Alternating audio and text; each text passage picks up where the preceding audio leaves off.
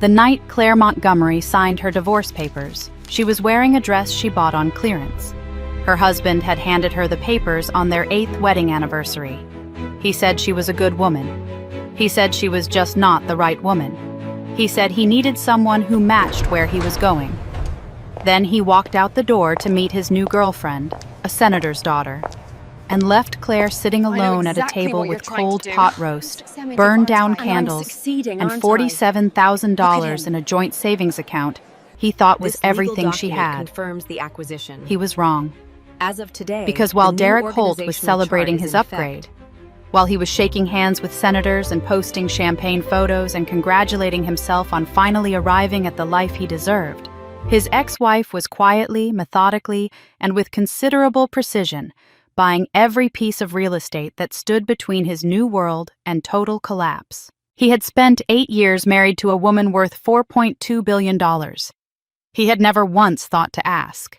And by the time he figured it out, by the time the property records and the Forbes profiles and the Shell Company filings all pointed back to the woman he had handed a used Honda and called the wrong choice, it was already too late to stop what was coming.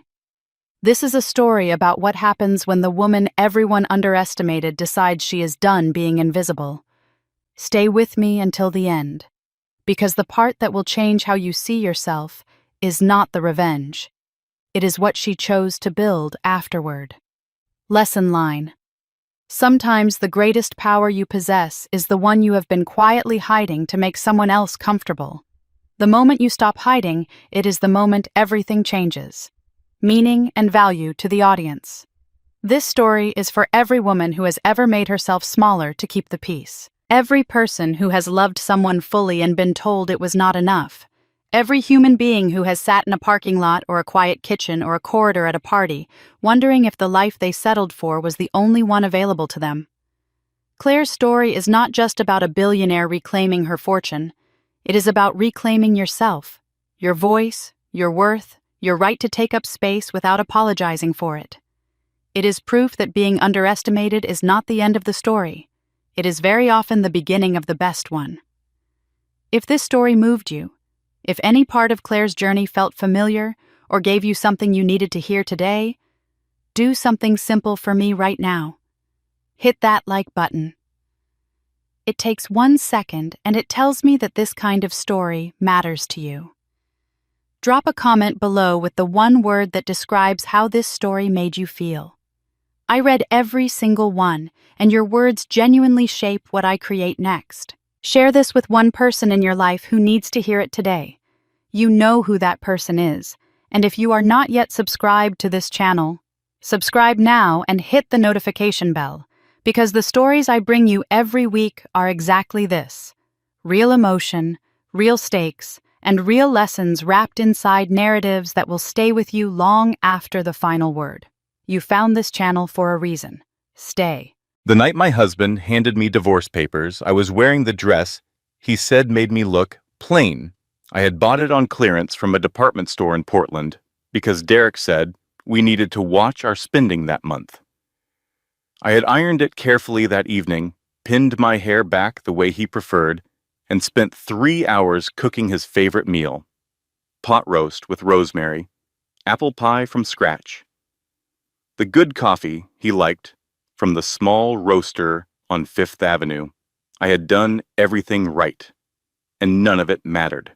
He walked in 2 hours late, set his briefcase on the counter. With that careful, controlled movement he used when he had already made a decision and was simply waiting for the right moment to announce it. He smelled like someone else's perfume. He did not apologize for being late. He did not notice the candles burning down to stubs on the dining table, or the pie cooling on the rack, or the way I had arranged the good plates.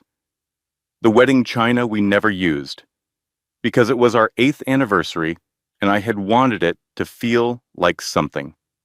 He pulled a manila envelope from his briefcase and set it on the table between us. "I want a divorce, Claire," he said. "I need someone who matches where I'm going." I stared at the envelope. The candles flickered. "Is there someone else?" I asked. He did not deny it. Her name was Vanessa Hartwell. Her father was Senator Harrison Hartwell, one of the most powerful men in Washington state. Derek had been seeing her for 7 months. 7 months. While I had been clipping grocery coupons and ironing clearance dresses and making pot roast, he had been building a different future entirely. "You're a good woman, Claire," he said, already reaching for his phone, already mentally somewhere else. "Yushar, you're just not the right woman. There's a difference." I said nothing, and the strangest thing happened. I did not cry. I did not beg. I did not throw the pot roast at his head, though I considered it briefly and with some enthusiasm. Instead, something very quiet settled into my chest, something that felt almost like the end of a long performance I had grown exhausted playing. Derek looked at me, waiting for tears or anger or desperate negotiation. When none came, he seemed vaguely unsettled. "I'll sleep at a hotel tonight," he said. "I'd appreciate it if you'd review the papers before the week is out." He picked up his briefcase. He walked to the door. And just before he left, our cat, Colonel Biscuit, a large, opinionated tabby, with strong feelings about Derek, jumped directly onto the expensive briefcase Derek had left by the door, knocking his travel coffee mug onto his shirt. Derek looked down at the spreading stain. I looked at Colonel Biscuit. Colonel Biscuit looked at me with the calm satisfaction of an animal who has done exactly what he intended. "Sorry," I said. I was not sorry. After Derek's car pulled out of the driveway and disappeared down the street, I sat alone in the kitchen for a long time. The pot roast went cold. The candles burned out one by one. Colonel Biscuit climbed into my lap and stayed there, steady and warm, while I stared at the divorce papers and felt the shape of a decision forming in my mind. I picked up my phone. I scrolled to a contact I had not called in 8 years. The name on the screen read, Montgomery Capital, Main Office. I pressed call. The phone rang twice before a crisp professional voice answered. "Montgomery Capital, how may I direct your call?" "Tell Margaret Collins," I said quietly, "that Claire Montgomery is coming home." The drive to Seattle took 3 hours on a clear morning. I made it in 2.5, with Colonel Biscuit in his carrier on the passenger seat, periodically expressing his opinions about highway travel. I had packed 2 suitcases. I had left the wedding china, the furniture Derek had picked out, the framed prints on the walls that I had never particularly liked but had hung anyway because they matched his aesthetic. I took my mother's pearl earrings, my father's old copy of Hemingway, with the notes in the margins, and every piece of art I had been oddly, inexplicably protective of for 8 years. Derek had never asked why I cared so much about the art. He had never asked about a lot of things. That was the truth about our marriage. The truth I had been folding and tucking away in small, manageable pieces for years. Derek was not a cruel man. He was not a monster. He was simply a man who had decided, somewhere around year 3, that he had married beneath his ambition, and who had spent the remaining years either ignoring that feeling or finding someone else who validated it. He had never asked where I grew up, beyond the surface details. Never pressed when I deflected questions about my family. Never noticed that I paid cash for certain things, or that I received quarterly statements from a financial address in Seattle, that I always retrieved from the mailbox before he got home, or that the art on our walls, the pieces he called random stuff you dragged in from estate sales, had been appraised, collectively, at just under $2 million. He had looked at me and seen exactly what I had wanted him to see: a regular woman, an ordinary wife. The problem was that I had wanted to be seen as more than that. I had simply been waiting for him to look. He never did. My father, Robert Montgomery, had built Montgomery Capital from a single hardware distribution company in Spokane into a $4.2 billion private equity firm over the course of 30 years. He was the kind of man who remembered everyone's name, who sent handwritten notes after every meeting, who genuinely believed that business was just people helping people build things, and who happened to be extraordinarily good at identifying which things were worth building. He died of a heart attack on a Tuesday morning in October when I was 24 years old. No warning, no goodbye. He was there, and then he was not, and the world rearranged itself around his absence in ways I was not remotely prepared for. At 24, I was suddenly the sole heir to one of the largest private fortunes in the Pacific Northwest. I was also a grieving daughter who had no idea who she was without her father's steady presence in the room. The weight of it was suffocating. I did something that anyone with reasonable financial advisors would have called inadvisable. I called Margaret Collins, my father's COO, and the woman who had effectively run Montgomery Capital through his final years, and I said, "Maggie, I need you to run the company for a while. I need to disappear." Maggie, to her eternal credit, said, "How long is a while?" "A year," I said. "Maybe 2. I need to find out who I am when nobody knows my name." "I ran a background check on that decision," Maggie said, "and I have concerns. But go. I'll keep the lights on." I changed my last name to Carter, my mother's maiden name. I moved to Portland. I enrolled in a graduate program in urban planning, and 6 months later, I met a charming, ambitious, genuinely funny man named Derek Holt in a bookstore on a rainy Thursday afternoon, and I thought, here it is. The real thing.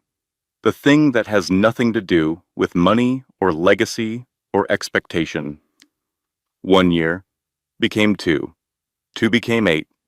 And now I was driving back to Seattle in a car I had paid cash for with a cat who despised highway travel. Going home to a life I had left behind because a man had handed me divorce papers and called me the wrong woman. The Montgomery Capital headquarters occupied the 14th and 15th floors of a glass tower in downtown Seattle with views of Elliott Bay. I had not been inside the building since my father's funeral. The lobby security guard looked up when I pushed through the revolving door. He glanced at me, then at Colonel Biscuit's carrier. "Ma'am, I'm afraid pets aren't—" "He's a service animal," I said. Colonel Biscuit made a sound that suggested he found this description flattering. "He doesn't have a vest. He's working on his certification. Is Margaret Collins available?" The security guard picked up his phone, made a call, and went very still for a moment. Then he set the phone down carefully and said, "Of course, Miss Montgomery. Please go right up. Both of you."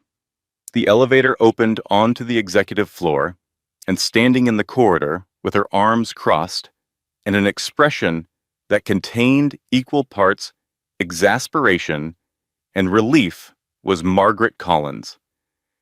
She was 58 years old, 5 feet 4 inches tall, and had managed my father's empire through 3 recessions, 2 market crashes, and 1 catastrophic printer malfunction that she still brought up at board meetings as an example of crisis management. She looked at me for a long moment. "You look terrible," she said. "Hello, Maggie. Your father hired from bookstores once, a graphic designer. The man put clip art in an annual report. I told Robert it was a bad idea." She turned and walked back toward the main office. "Come on. I made coffee. Not the office coffee. The real coffee. I assumed you'd need it." I followed her. For the first time in 3 days, something in my chest loosened. "I ran a background check on Derek Holt 8 years ago," Maggie said as she poured. "Did I tell you that? You did not. You told me not to." "I remember. I did it anyway." She handed me a mug. "His credit score was a concern. I have feelings about that decision, specifically about my failure to communicate the results more forcefully." "What were the results?" He had $43,000 in law school debt, a history of overextending his lifestyle budget, and a tendency to list professional connections he did not actually have. Maggie sat across from me. In other words, he was a man who needed someone to believe in him more than the evidence warranted. She looked at me steadily. You are very good at believing in people, Claire. Your father was the same way. It was his best quality and his most expensive habit. I wrapped both hands around the coffee mug. He's marrying a senator's daughter, I said. I know. He called me the wrong woman. I know that too. Maggie was quiet for a moment. Are you ready to remember who the right woman actually is? I thought about the drive up. The clearance dress, the 8 years of making myself smaller, quieter, less, not because Derek had demanded it explicitly, but because I had learned, slowly, and then all at once, that he needed to be the largest thing in any room we occupied together. I had been so careful to give him that space. I set down the coffee mug. Get me Thomas Ellison, I said, and get me the current property portfolio around Hartwell's downtown development, all of it. Maggie's expression shifted into something that looked almost like satisfaction. Now that, she said, picking up her phone, sounds like your father. Thomas Ellison was 65 years old, had been my father's personal attorney for 22 years, and approached every legal situation with the energy of a man who found the law personally amusing. He arrived at Montgomery Capitol the following morning with a leather briefcase, reading glasses perched on his head, and Derek's settlement offer printed on 3 pages of crisp legal paper. He sat across from me. He read the settlement aloud. Then he set the papers down and looked at me over his glasses. He's giving you the Honda, Thomas said. I'm aware. The 2019 Honda Civic, with 41,000 miles on it. Thomas? He's also offering you the joint savings account. $47,000. And, I quote, the furniture of your choosing from the shared residence, excluding the television and the sectional sofa. Thomas paused. He's keeping the sectional sofa. I know. Claire, he's offering you a used Honda and a portion of the furniture in exchange for walking away from 8 years of marriage. I know what he's offering. He believes you have no other resources. Yes. Thomas looked at me for a long moment. Then very slowly, he smiled. It was the smile of a man who had spent 4 decades watching people underestimate the wrong person. What would you like me to do? He asked. Nothing yet. Sign nothing. Respond with standard acknowledgement that I've received the offer and am reviewing it. Make it sound like I'm struggling with the decision. And in the meantime? In the meantime, I said, we buy property. Maggie had already identified 6 parcels of commercial and mixed-use real estate within a 2-mile radius of Senator Harrison Hartwell's flagship downtown development project. The Riverside Commons, a $200 million mixed-use complex that was the centerpiece of the senator's investment portfolio and, not coincidentally, the project that Hartwell and Associates had brought Derek on to help structure. The 6 parcels were not glamorous. 2 were older commercial buildings with modest retail on the ground floor. 1 was a surface parking lot. 1 was a narrow strip of land between 2 larger buildings that had sat empty for years, but together they controlled every utility easement, every pedestrian access corridor, and every sightline that made Riverside Commons viable as a development. Without them, the senator's project was a beautifully designed building with no practical way in or out. The acquisitions will cost approximately $63 million, Maggie said, standing at the whiteboard where she had drawn a map of the surrounding blocks in blue marker. We can structure them through shell companies to avoid alerting Hartwell's team. What should we call the shell company? Thomas asked. Maggie wrote on the whiteboard, Biscuit Holdings, LLC. Thomas stared at it. That's the name? He said. The cat has better business instincts than most of the people I've worked with, Maggie said. I stand by it. I looked at Colonel Biscuit, who had installed himself on the corner of the conference table and was grooming his left ear with focused attention. Biscuit Holdings? I confirmed. File it today. The acquisitions moved quietly over the following 3 weeks. Maggie managed every transaction through layers of corporate structure that would have taken a sophisticated legal team months to untangle. Real estate attorneys in 3 different cities handled the closings. No single transaction was large enough to attract attention. Meanwhile, Derek's life moved in the opposite direction, upward, visibly, with the particular enthusiasm of a man who believes he has finally arrived somewhere he deserves. He and Vanessa went public on Instagram. She posted a photo from what appeared to be a rooftop restaurant, her hand resting on Derek's arm, captioned, "Upgrading in every way." 847 comments. I looked at it once, took a screenshot, and put my phone face down on my desk.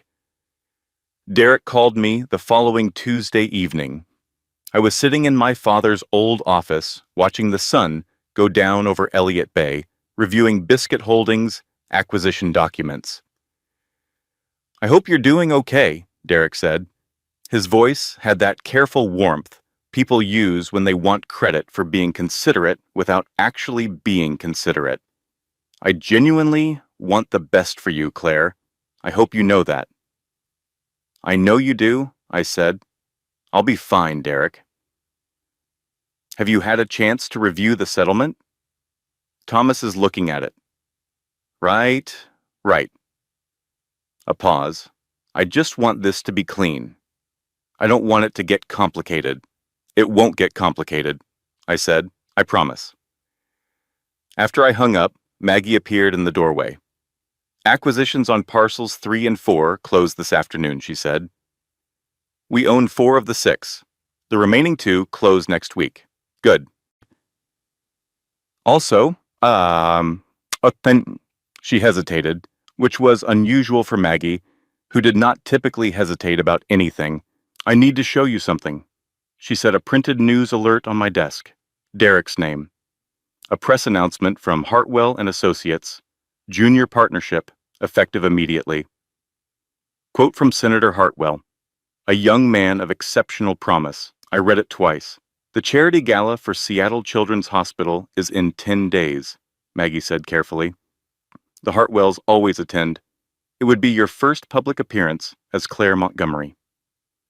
I looked at the press release.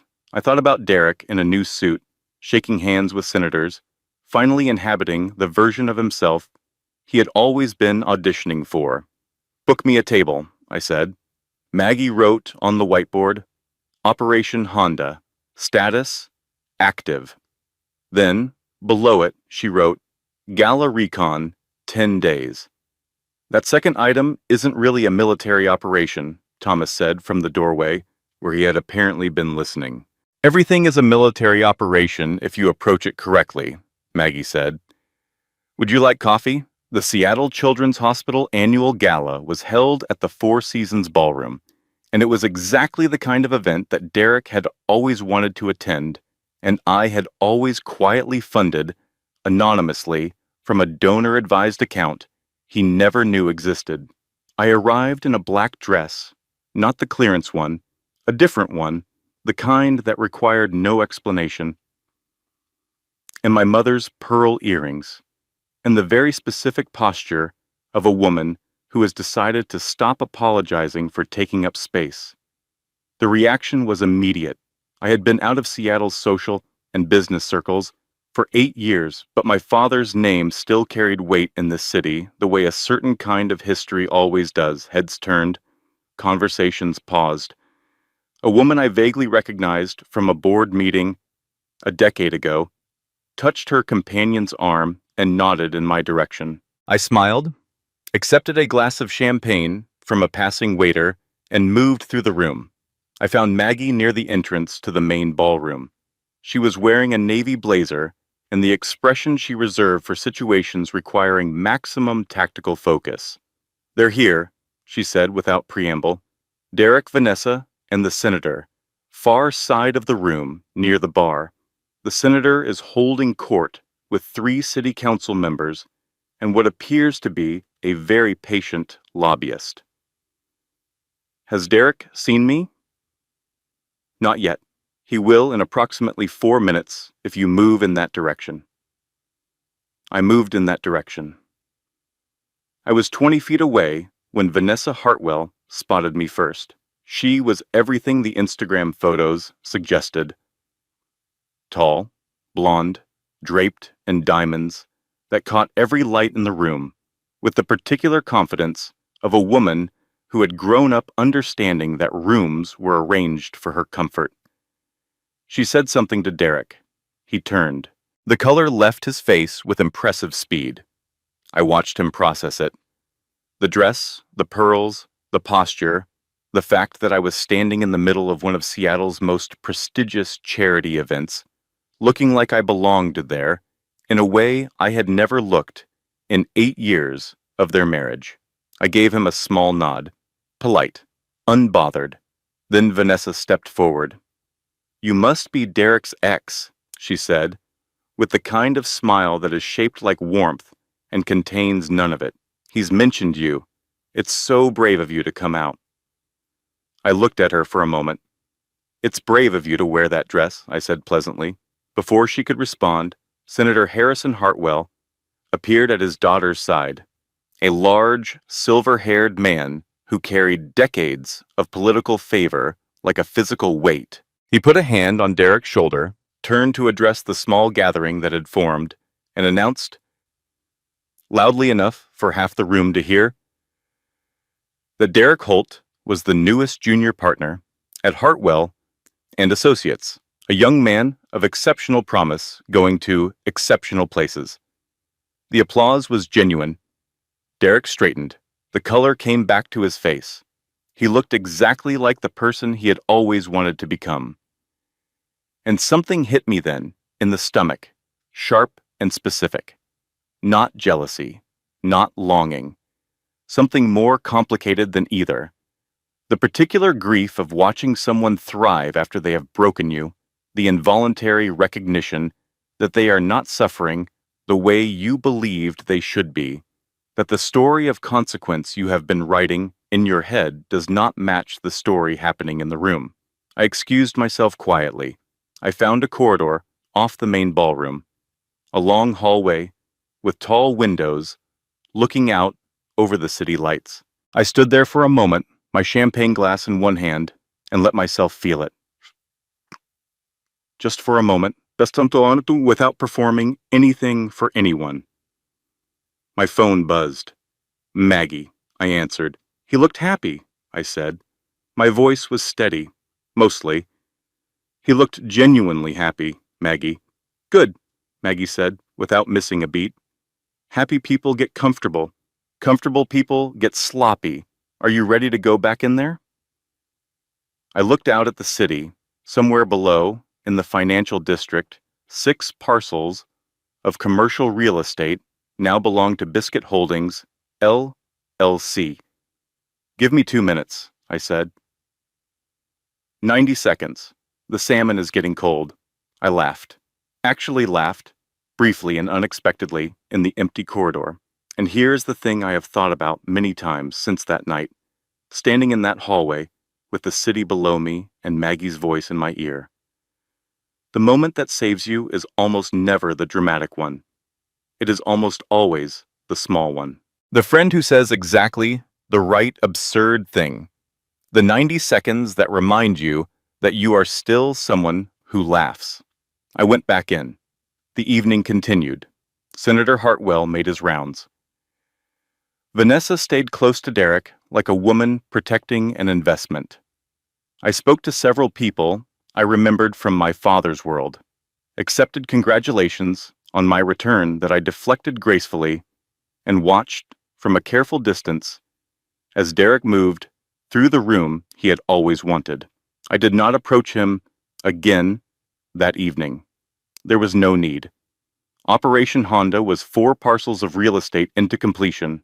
The senator's development project had 12 weeks before his first major creditor review, and Derek Holt had no idea that the woman he had handed a Honda to was quietly rearranging the furniture of his new world.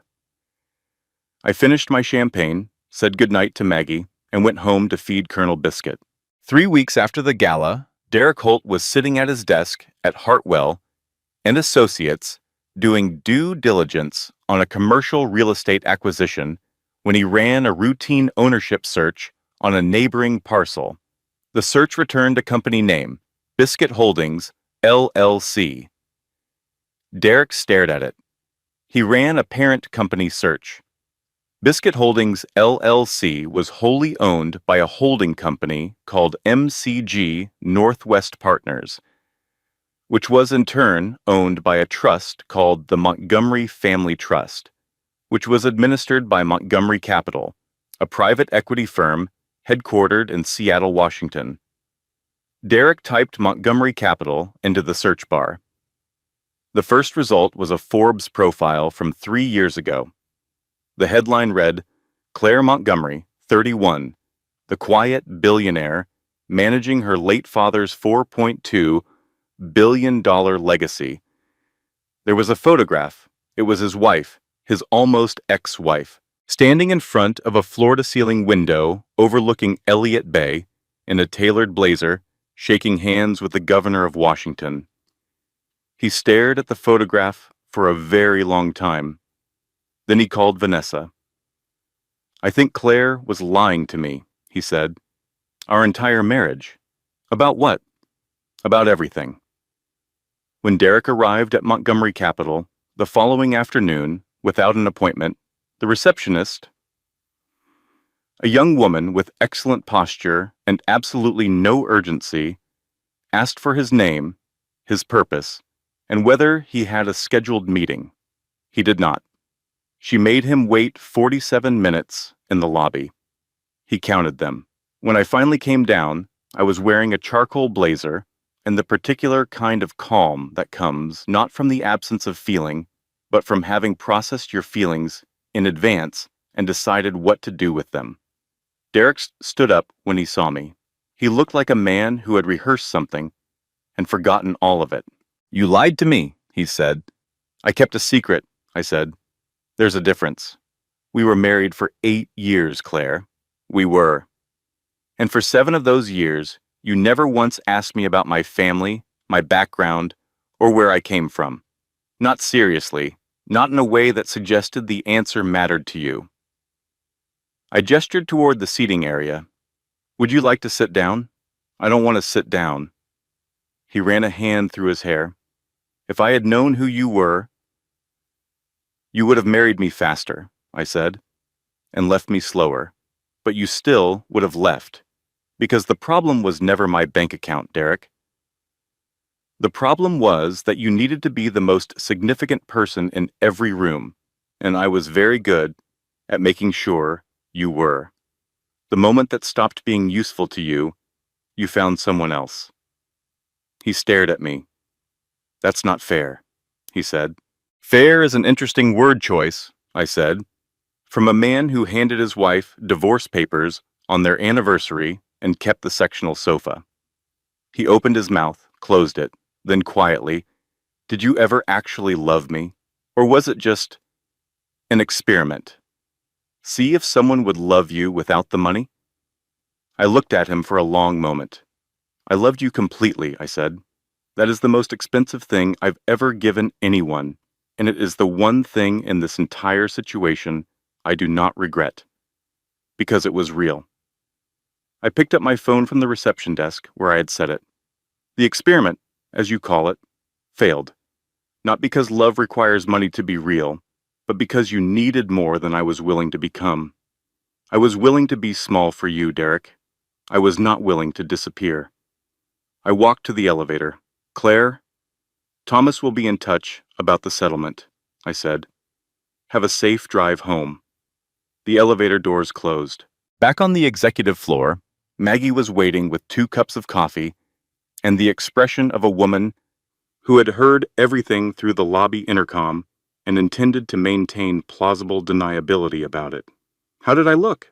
I asked. "Like a woman who has done her homework," Maggie said. "He looked like a man who hasn't studied for the exam and just realized it's today." "Good." I sat down. "How close are we to final parcel acquisition?" "Closing on parcels 5 and 6 on Friday." "And the senator?" Maggie smiled. It was not an entirely comfortable smile. "Senator Hartwell," she said, "has no idea that every access point to his $200 million development project is currently owned by a cat." Operation Honda completed the following Friday. All 6 parcels were recorded. Biscuit Holdings, LLC, wholly owned through a chain of shell entities that terminated at the Montgomery Family Trust, now controlled every utility easement, every pedestrian corridor, and every commercial access point surrounding Riverside Commons. Senator Harrison Hartwell's flagship development project was, as Thomas put it, with considerable professional satisfaction, landlocked and essentially stranded. Maggie updated the whiteboard. Operation Honda, complete. We opened a bottle of wine. Colonel Biscuit was given an extra portion of his preferred salmon-based food, which he accepted with the dignity of a cat, who has always known his contributions were undervalued. I felt, for the first time since that anniversary dinner, something that resembled peace. It lasted 4 days. On Tuesday morning, I arrived at the office to find Thomas waiting outside my door with the expression he reserved for situations that required careful management. He handed me a printed article. It was from a national financial publication. The headline read, "Montgomery Capital. Billionaire, heiress, uses fortune for personal vendetta after bitter divorce." I read it standing in the corridor. The article was long, detailed, and structured with the precision of something that had been carefully assembled by someone with access to very specific information. It described, in accurate detail, the property acquisitions around Riverside Commons. It framed them as a retaliatory campaign driven by personal grievance. It quoted unnamed sources describing me as emotionally unstable, professionally reckless, and, the phrase that landed hardest, a woman using daddy's money as a weapon because her husband found someone better. It included my college graduation photograph. I had braces in it. "Focus, Claire," Maggie said from behind me. He used my college graduation photo. The article is the problem, not the photo. Although the photo choice does suggest a particular kind of petty that I find informative. Who gave them the information about the acquisitions? Thomas and Maggie exchanged a glance. "That's the second problem," Thomas said. By noon, 3 of Montgomery Capital's largest institutional investors had called to express concern. One used the phrase reputational liability. Another said the words hostile pattern of behavior. The third requested an emergency board meeting. This was the first catastrophe. The board meeting happened the following morning. 9 members, a conference table that had belonged to my father, and the particular tension of people who had grown accustomed to operating without oversight suddenly realizing the oversight had returned. 3 board members pushed for what Gerald Fitch, 71, old guard, former colleague of my father's, described as a temporary leadership transition, while a crisis communications team managed the fallout.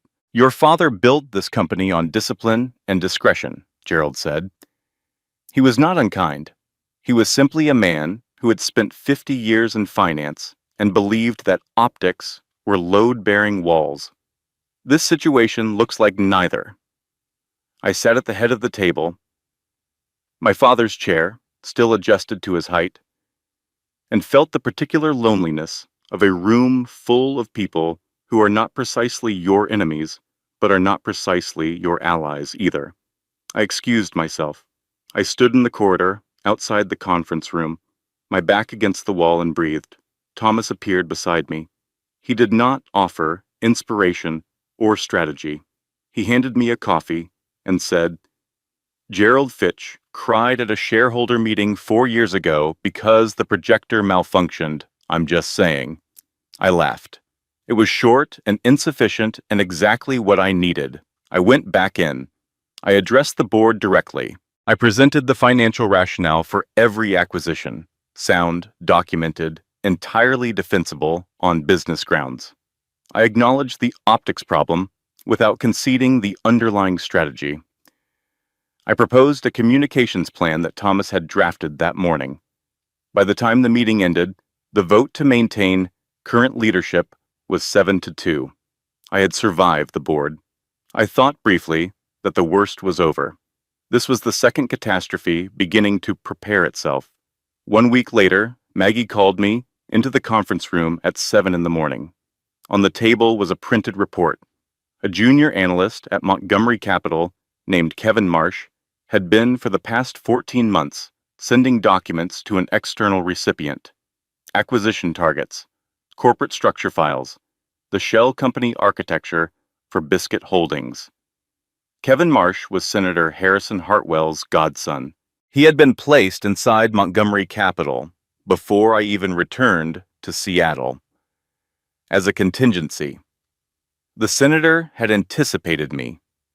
I stood at the conference table, looking at the org chart with Kevin's name on it, and felt something cold move through my chest. 14 months, I said. He was hired on a standard analyst contract through a staffing firm, Maggie said. Her voice was carefully controlled. Background check was clean. References were real. The connection to Hartwell is through the godfather relationship, which is not a searchable data point. He knew I'd come back eventually, apparently. I looked at the report. The property acquisition documents Kevin had forwarded had been used to build the hit piece, and now Hartwell's legal team, armed with that information, had filed for an injunction claiming predatory business practices, legally thin, but sufficient to freeze 3 of the 6 property acquisitions pending a court hearing. Operation Honda was partially frozen. The senator had not been sitting still. I sat down in my father's chair that evening after everyone else had gone home. The office was quiet. The city lights spread out below the window. I picked up my father's old fountain pen from its stand on the desk. I spoke out loud to no one, or perhaps to him. I made this personal when it should have stayed strategic, I said. And now it's both, and I'm not sure I'm ready for both. The silence held. You'd probably tell me I should have kept better tabs on HR. The fountain pen was cool and heavy in my hand. My father had used it to sign every major deal he had ever made. He had given it to me the year I turned 20, along with a piece of advice I had not fully understood until that moment. He had said, "The most dangerous thing you can do in business is underestimate how much someone is paying attention. The second most dangerous thing is underestimating yourself." I set the pen down carefully. Then I picked up my phone and called Thomas. "I need everything," I said. "Every financial record, every public filing, every transaction Senator Harrison Hartwell has made in the last 10 years. I don't care what it costs or how long it takes. Everything." Thomas was quiet for a moment. "Any particular reason?" he said. "Because a man who plants a spy in his adversary's company 14 months in advance is a man who has a great deal to protect," I said. "And a man with that much to protect usually has something worth finding." Thomas and a team of forensic accountants spent 11 days.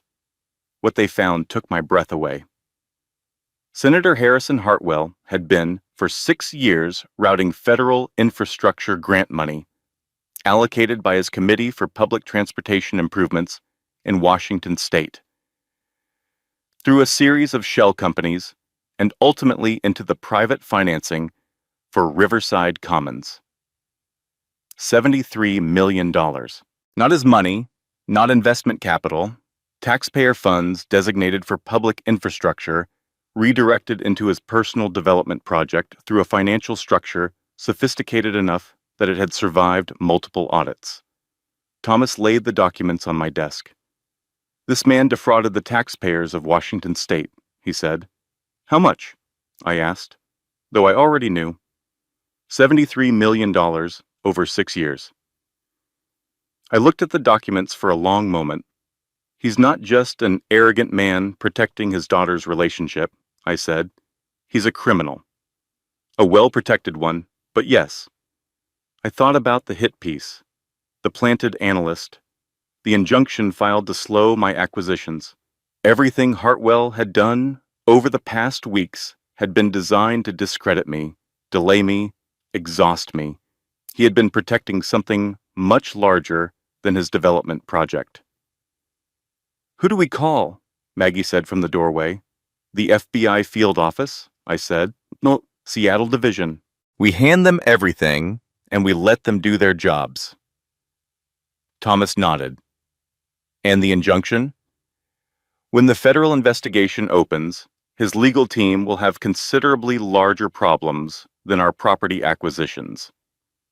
I closed the document folder. The injunction will collapse on its own, Maggie wrote on the whiteboard. She crossed out Operation Honda. Below it, she wrote, Operation Full Send. Thomas stared at it. That is not a professional name for a strategy. Neither is Biscuit Holdings, Maggie said. But we won a federal fraud case with it, so. The FBI referral was made on a Wednesday. The investigation opened quietly. These things always do at first. But Thomas's contacts in the federal legal community confirmed within 48 hours that the documentation was substantive enough to trigger a full evidentiary review. The injunction against the property acquisitions was challenged in court using the fraud documentation as counter-evidence. The judge reviewed the filings, recognized the conflict, and dissolved the injunction within 2 weeks. All 6 parcels were fully operational again. Derek, working on due diligence for a Hartwell deal, noticed the injunction dissolution and called me. I didn't know, he said immediately. About the fraud, what Hartwell was doing with the grant money. I swear I didn't know, Claire. I believe you, I said. That's... A pause. That's actually the saddest part, he said. He sounded like a man who was beginning to understand the shape of the situation he had placed himself in. You're right, I said quietly. It is. The Robert Montgomery Foundation announcement was scheduled for a Thursday evening gala at the Westin, 12 weeks after I had returned to Seattle. $300 million in initial endowment. Programs for grief support, financial literacy for women navigating divorce, and economic justice resources for anyone who had been systematically undervalued by the institutions and people who should have protected them. It was, in many ways, the clearest expression of everything I had learned in the past 8 years. My father had built his empire to create something lasting. I was going to use it to help people the way I had needed to be helped. In the rental house in Portland, clipping coupons in a clearance dress long before I allowed myself to remember who I actually was. 2 hours before the gala, my phone rang. It was Maggie. Her voice was careful in the way that preceded very bad news. You need to sit down, she said. Tell me. A tabloid posted a story 40 minutes ago. It's... A pause. Claire, Derek gave them your diary entries. I sat very still. During the 3rd year of our marriage, I had kept a journal. Not regularly. I was never a disciplined diarist. But during the anniversary of my father's death each year, I would write private entries about grief, about missing him, about the loneliness of carrying something large that no one around you can see or understand, about the specific ache of succeeding at something your father can no longer witness. I had shown Derek one entry, once, In a moment of trusting him with something real, he had apparently kept it. The tabloid story included photographs of handwritten pages, my handwriting, my words about my father, about grief, about the year after his death when I had felt so profoundly lost that I had built an entirely new identity just to survive the feeling. The headline called me, "The Billionaire's Secret Breakdown." I read it in the car on the way to the gala. Thomas and Maggie were both in the car with me. Neither of them spoke for a long moment. "He kept them," I said finally. My voice was very quiet. "For 8 years, he kept them. Not the business documents, not the financial information, the grief, the private, fragile, handwritten record of missing my father, weaponized, published, displayed for the entertainment of strangers." "Claire," Thomas began. "I'm going to the gala," I said. "Maybe we should postpone." "I'm going." The car was quiet. Then Maggie said, very carefully, "What do you need?" I thought about my father's fountain pen, cool and heavy on the desk. "I need to stop letting the people who hurt me write the first draft of my story," I said. "That's what I need." The Weston Ballroom was full when I arrived. The tabloid story had been running for 2 hours, and the room knew it. I could feel it. The particular charge of a crowd that has absorbed a piece of information and is waiting to see how the subject responds. Vanessa Hartwell was there, near the center of the room, wearing a gown that cost more than most monthly salaries, and the expression of a woman who believes she has won something. Derek was near the back. He had come, which I had not expected. He looked like a man who could not stop watching the thing he had set in motion. I walked to the stage. The room fell quiet. I looked out at all of them, the board members and the investors, the journalists and the philanthropists, Vanessa in her expensive gown, and Derek in the back row, and I made a decision. I did not give the prepared speech. "Many of you read something about me tonight," I said. My voice was steady and clear, and did not perform anything. Private words I wrote when I was 24 years old, grieving my father, trying to figure out who I was without him. Those words were shared by someone I trusted. He chose to use them tonight because he ran out of better weapons. The room was absolutely silent. Everything I wrote was true. I was lost. I was frightened. I was a young woman who had just lost the most important person in her life and did not know how to carry what he had left behind. I am not ashamed of that. Grief is not weakness. Confusion is not failure. Being genuinely, messily human is not a character flaw. I paused. What I am ashamed of is that I spent 8 years making myself invisible to protect someone else's ego. Staying small so that someone else could feel large. Hiding what I was so that someone who could not handle it would not have to face his own limitations. I looked out at the room. That ends tonight. Somewhere near the back, I heard Derek exhale. My father built this company because he believed that real power is built by creating things that outlast you, not by acquiring things, not by defeating rivals, by building something that serves people who need it, long after you are gone. I opened the folder on the podium. Tonight I am announcing the Robert Montgomery Foundation. $300 million, beginning immediately, supporting grief counseling, financial literacy for women navigating divorce and economic instability, and justice resources for anyone who has been told they are not worth fighting for. I looked up, because I spent 8 years being told, in 100 small and quiet ways, that I was not worth fighting for. And I want to make sure the next woman who hears that message has somewhere to turn. The applause started slowly and built until it filled the room completely. Vanessa left early. I noted this without particular satisfaction. Senator Hartwell standing near the back. He had come to watch me fail. stood very still, and I could see him recalculating. It was too late. After the speech, I found Derek in the corridor. He looked diminished somehow. Not physically. He was the same person he had always been, but the particular confidence that had always animated him was absent, replaced by something quieter and less comfortable.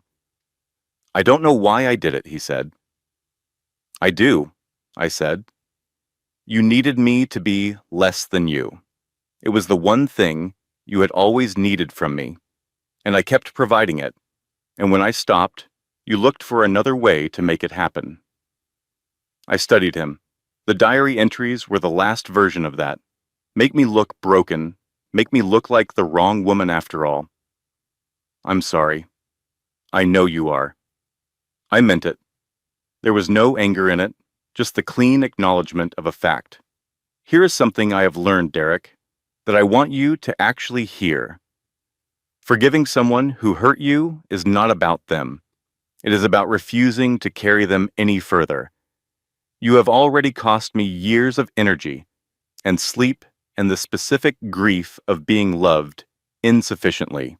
At some point, you are allowed to set the bag down. I looked at him steadily. "I'm setting the bag down." He nodded. His eyes were bright in a way that might have been tears, which would have been the most honest thing I had ever seen from him. "Go home," I said. "Build something real." I genuinely mean that. I walked back into the ballroom. Senator Harrison Hartwell was indicted on 14 counts of federal fraud 6 weeks after the FBI referral. The indictment described, in precise and unsparing legal language, 6 years of grant fund, misappropriation, $73 million redirected from public infrastructure into private development, and a pattern of financial manipulation sophisticated enough to constitute organized federal crime. The senator's press conference was brief and unconvincing. His legal team was expensive and eventually insufficient. Hartwell and Associates shuttered within 30 days of the indictment. The Riverside Commons project was frozen pending asset seizure. Derek, who had been carefully excluded from every financial structure that touched the fraud, because he genuinely had not known, which was both true and the saddest version of the truth, was quietly let go when there was nothing left to be let go from. He landed, eventually, at a small, non-profit legal practice in Tacoma that provided free representation to low-income families in housing disputes. Maggie told me this one morning, over coffee, "He's working for a non-profit," she said. There was a pause. Good for him, honestly. I considered the statement. "Yeah," I said. "Good for him."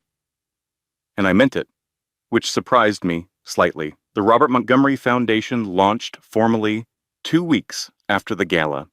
The first grants went to 47 individuals, 31 women and 16 men navigating financial and personal recovery after divorce, job loss, or family crisis. A grief counseling clinic opened in partnership with a community health center. A financial literacy program began enrolling participants in Seattle, Tacoma, and Portland. A woman named Patricia, 61 years old, recently divorced after 32 years, with no financial history in her own name because her husband had managed everything, received a foundation grant that covered 6 months of financial counseling and legal assistance.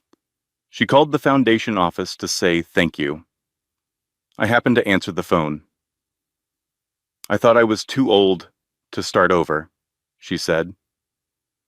Her voice was careful, in the way of someone who has spent a long time being told their feelings were inconvenient. I thought I had missed my window. "You haven't," I said. "You made me believe that." "Your speech? I watched it on my phone in my car, in the parking lot of a grocery store, and I cried. Not sad crying, the other kind." I sat with that for a moment. "That's the whole point," I said. After I hung up, I sat in my father's office for a while. Not working, just sitting. Colonel Biscuit was asleep on the windowsill, his tabby sides rising and falling in the late afternoon light. I thought about the 24-year-old who had written those diary entries, frightened and lost and hiding behind a borrowed name.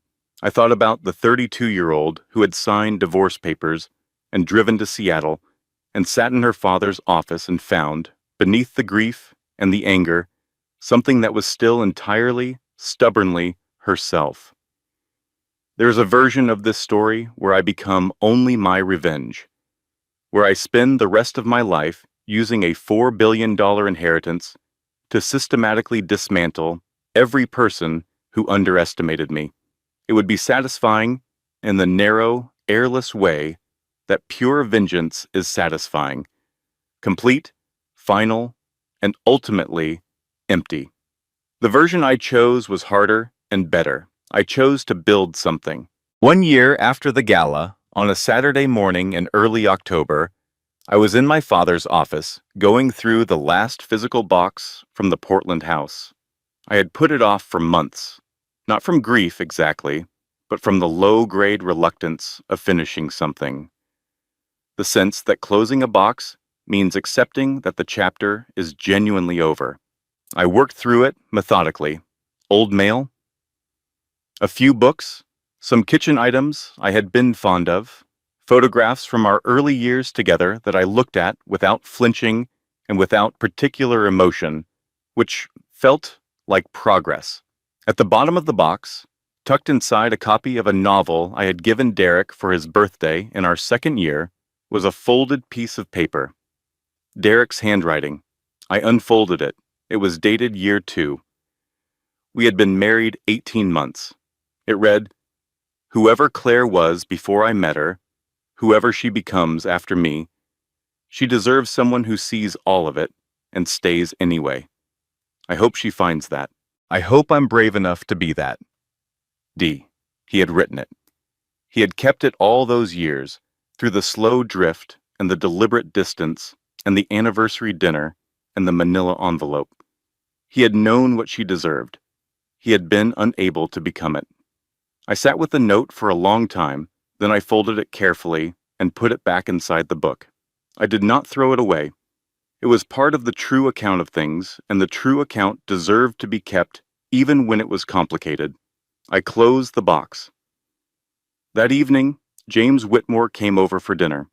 We had been together for 7 months, with the particular unhurried quality of two people who have both learned the hard way what urgency in the wrong direction costs.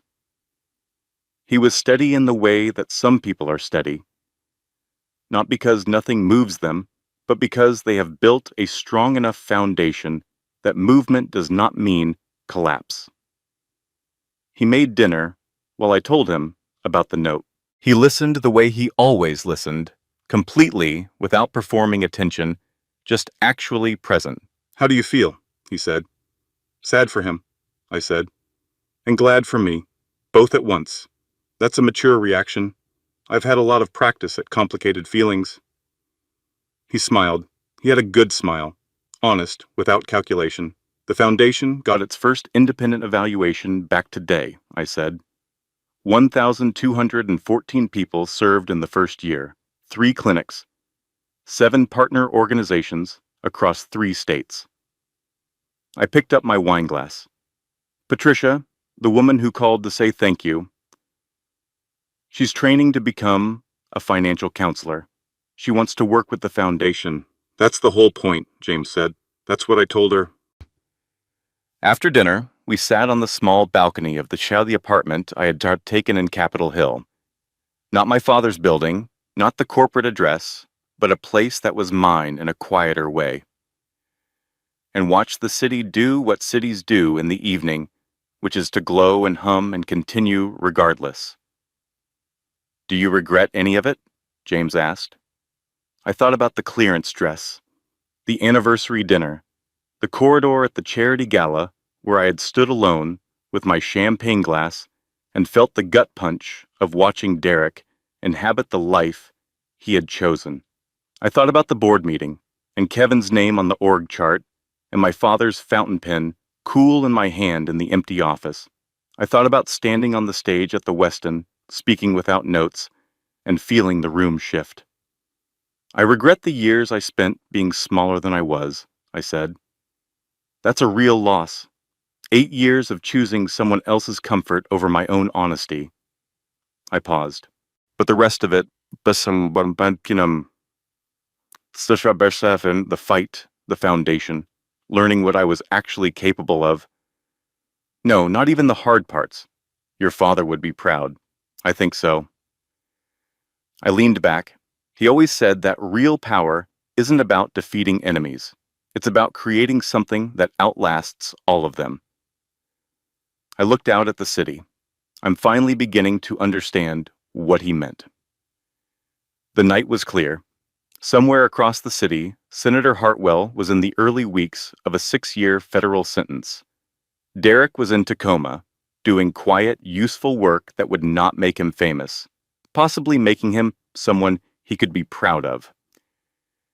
Vanessa had moved to San Francisco and seemed, from the limited social media evidence, to be building a quieter and more honest version of her life.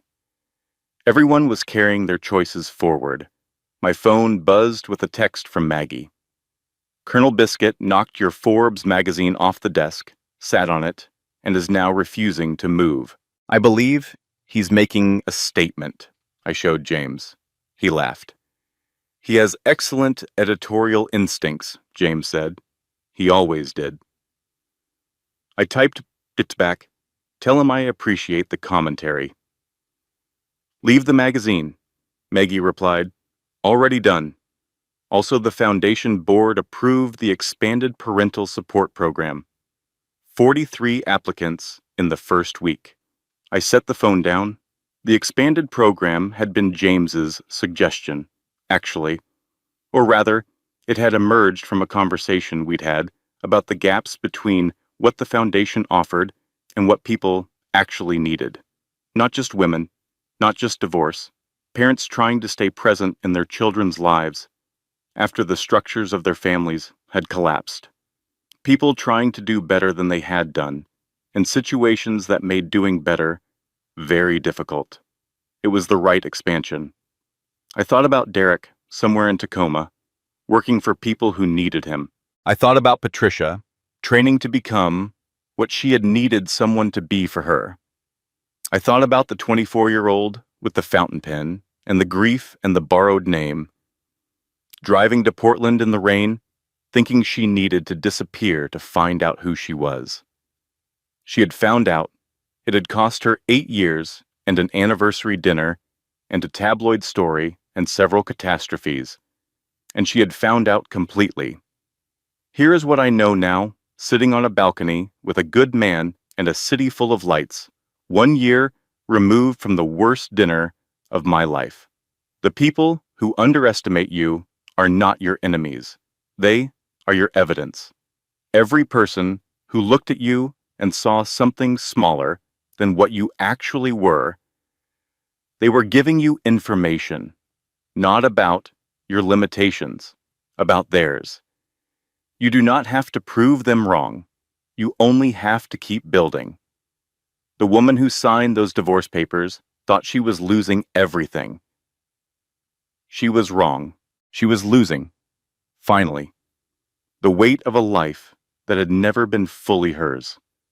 And what she built in its place, the foundation, the company, the honest love, the room she stopped apologizing for taking up, was worth more than anything she had ever been asked to give away. Derek had called her the wrong woman. He was right in the end, just not in the way he meant. She was entirely the wrong woman for the small life he had planned. She was exactly the right woman for everything that came after.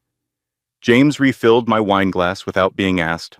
Colonel Biscuit, according to a follow-up text from Maggie, had relocated from the Forbes magazine to the center of the conference table, where he was apparently holding the room hostage. The Foundation would open a new office in Portland in the spring. The company had just closed its largest acquisition in 3 years, And the woman who had once bought a dress on clearance because her husband said they needed to watch the budget was sitting on her own balcony in a city she loved, surrounded by people who had never once asked her to make herself smaller. She was not invisible. She had never been invisible. She had simply been waiting for the right moment to let everyone else catch up. Closing editorial disclaimer. The content you have just experienced was carefully researched, thoughtfully constructed, and manually edited by our team with one purpose in mind: to deliver stories that carry genuine meaning and leave you with something worth keeping. Every character, every scene, and every lesson was crafted by hand to ensure the highest quality experience for you, our audience. This is not generated content. This is storytelling built with intention, because we believe you deserve nothing less.